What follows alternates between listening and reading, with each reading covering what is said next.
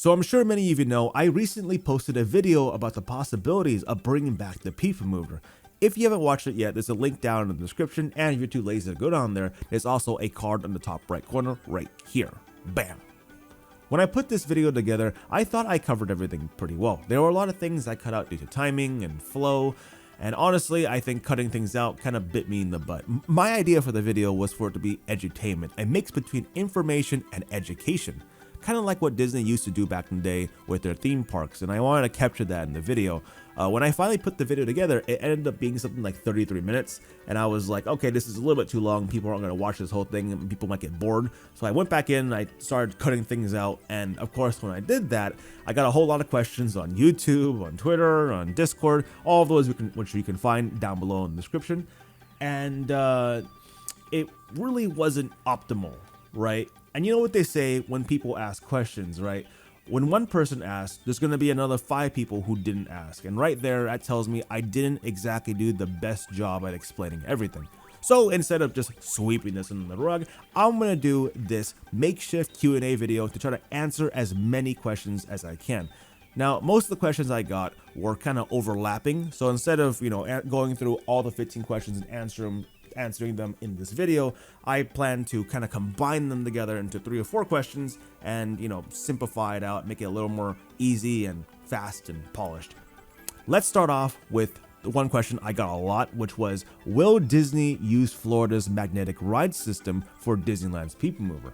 To sum it up in one word, no, I don't think Disney will ever use Florida's ride system in California. I'm actually pretty sure they'll never use it ever again. Why? 2 reasons. Money and safety. Disney World's PeopleMover was extremely expensive to build. Not too expensive to maintain, but very expensive to build. With the current rumors from Disneyland and the fact that they're apparently trying to find a cheaper ride system to replace the PeopleMover with, I really don't see this happening. It doesn't make a whole lot of sense. As for safety, would you believe me if I told you that the PeopleMover system in Florida doesn't have brakes? Because they don't. They don't have brakes. They don't have brakes.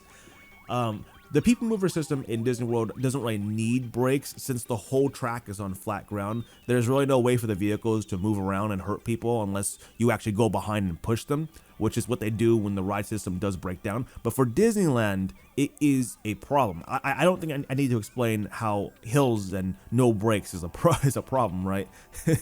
You don't want a vehicle rolling down at 30 miles an hour out of control during an evacuation. Not exactly the safest thing in the world. Of course, Disney could bring over Walt Disney World's ride system and install brakes on it for Disneyland. But again, why would you do that when it's already extremely expensive to build? Doesn't make a whole lot of sense. Another question I got was, how was the rocket rods made ADA compliant? For those of you who don't know, the rocket rods had guests who were not handicapped take a really ugly looking staircase up to the loading platform for the rocket rods. Guests who were handicapped took an elevator. They both were able to experience the queue, but when they got to a certain point, the path split between an elevator and a staircase. All of this was added to the rocket rods underground when they were built in 1998. Not 1995, like I said in another video, 1998. And to my understanding, all of that mumble jumble is still there today, which made the ride ADA compliant in 1998 as well as today. A question, or should I say topic, I got a few times was, how will the Disney Vacation Club Star View Station affect the PeopleMover? If you didn't know, this is actually the new DVC Lounge they are adding to the Star Wars Launch Bay building on the 2nd floor. Most were concerned that when Disney installed the new DVC Lounge, they would have to bulldoze the original PeopleMover track and therefore Rocket Rod's track to make way for it, which I am pretty confidently sure they will not do. Firstly, the PeopleMover track sat almost a full story above the 2nd floor of the Launch Bay building. And secondly, not only is the track built into the wall, it is literally a part of the structure.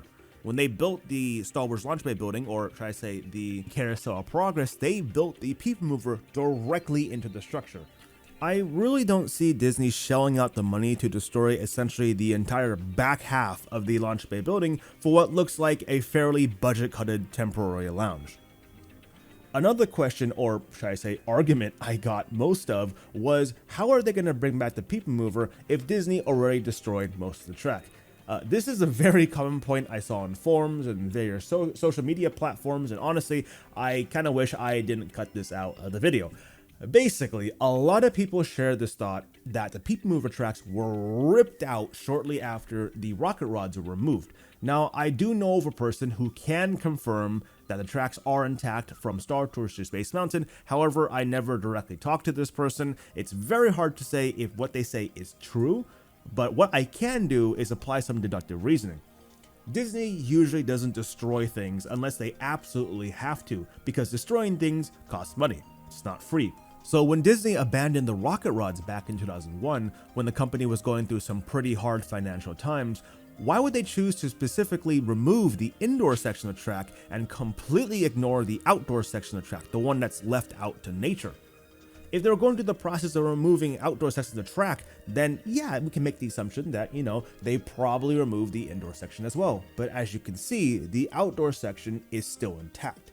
On top of that, removing the rocket rods track is no easy feat. Most of the track is made out of steel and needs to be removed with power tools and very heavy machinery, which, as you may guess, isn't exactly easy to work with in a small compact area, nor is fairly affordable. I had this nice conversation with someone where they believed the Buzz Lightyear Astro Blasters attraction replaced large portions of the rocket rod track during construction. I understand why people believe this, but again, it doesn't make a whole lot of sense. On top of being a pain to remove, the PeopleMover tracks are also built into every building they pass through.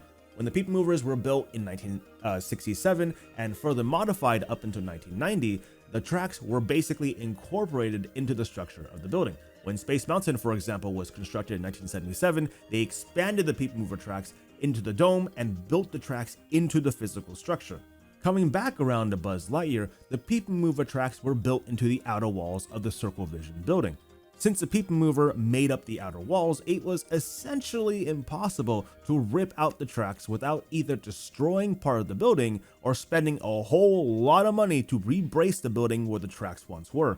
Not exactly a smart idea for a company that was recently coming out of financial hardship. Here is a very accurate fan-made blueprint of the Buzz Lightyear Astro Blasters attraction. As you can see, most of the ride stays within the Circle Vision building.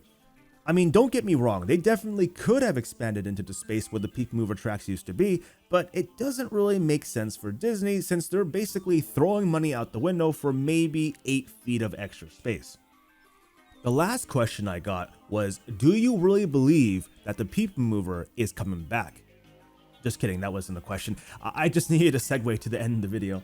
Even though I did make all these positive points in this video as well as the last video as to why the PeopleMover can come back, I am still very skeptical of Disney. I said in my other video that there's not many ways for Disney to incorporate IP into this attraction. I also showed off that Disney really doesn't like to spend a whole lot of money on maintenance. On top of that, usually when Disney adds an attraction to the resort that requires maintenance, they will almost always take away something that requires a similar amount of maintenance, budget-wise at least. Adding the maintenance-heavy PeopleMover back to Tomorrowland essentially means Disney is planning to remove something major, which I don't see happening anytime soon. Because of these reasons, I'm pretty confident Disney isn't going to announce something about the PeopleMover at D23. I know they're not the strongest reasons in the world, but come on, this is modern day Disney we're talking about. Now, if they do end up announcing the PeopleMover at D23, I will be one very happy person, and I will make it known that I am very, very happy and excited. But if they end up not announcing it, honestly, I wouldn't be too shocked.